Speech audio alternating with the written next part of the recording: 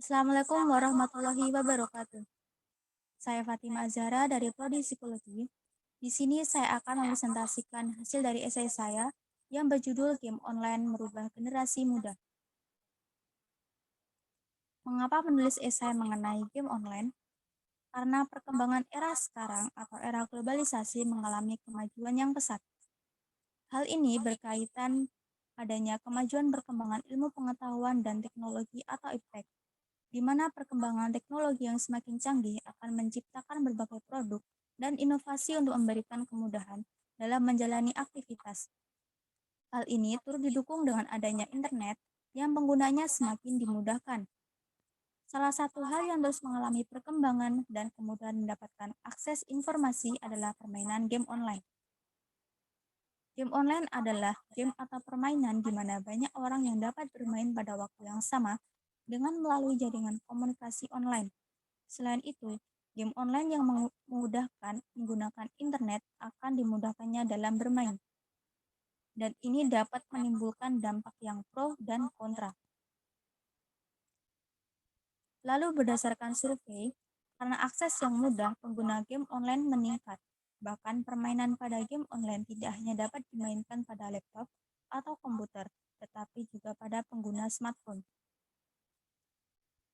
Hasil dari survei pengguna game online, yaitu 15 orang pernah memainkan game online dengan 7 orang yang masih memainkan, 8 orang sudah tidak memainkan, 2 orang pada jawaban mungkin, di mana total dari keseluruhan adalah 17 orang. Oleh karena itu, berdasarkan hasil survei memunculkan pendapat tentang pro dan kontra dalam penggunaan game online.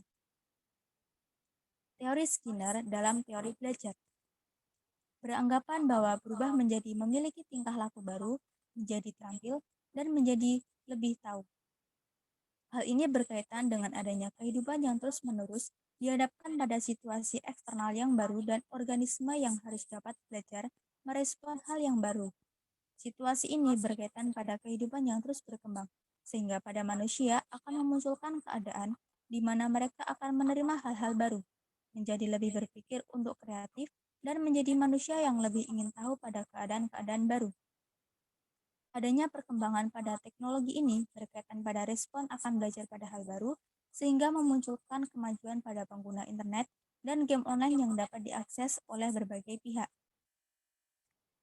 Survei pengguna game online ini adalah pelajar yang sudah bekerja dan mahasiswa.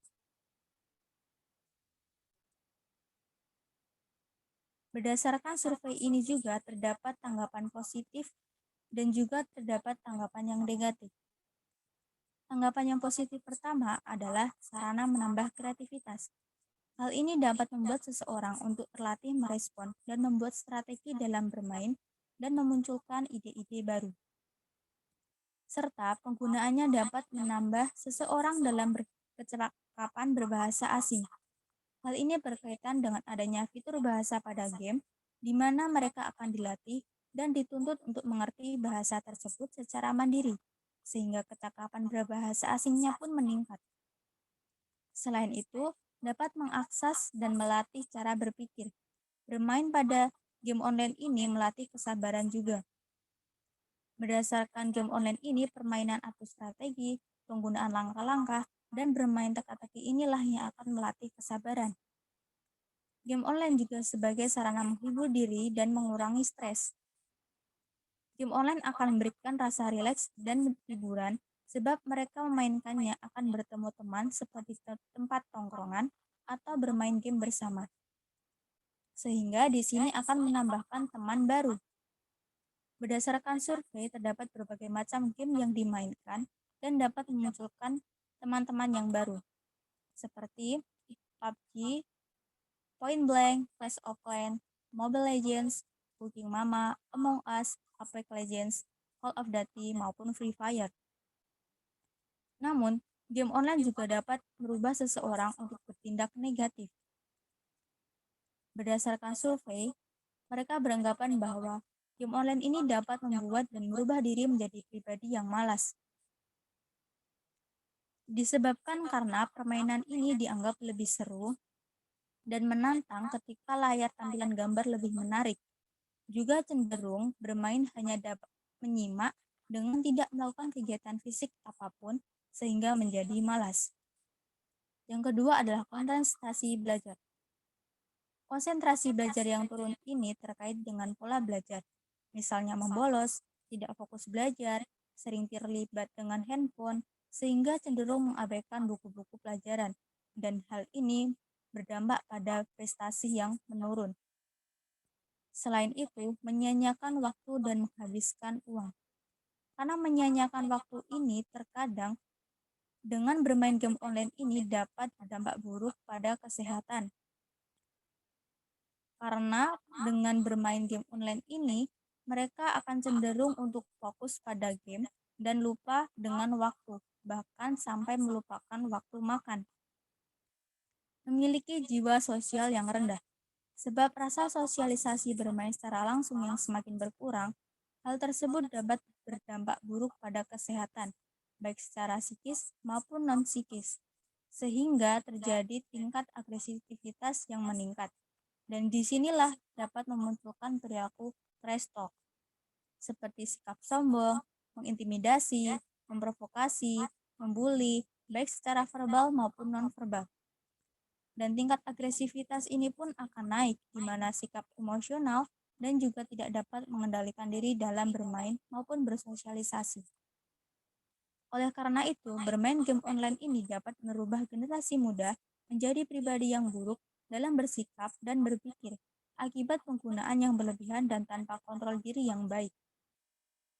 Kecanduan yang diakibatkan oleh game online memang membuat sebagian orang mengakui bahwa game online ini dapat berdampak negatif dan tidak bisa dihindari penggunaannya, sehingga terdapat hubungan kecanduan game online dan penyesuaian sosial pada remaja.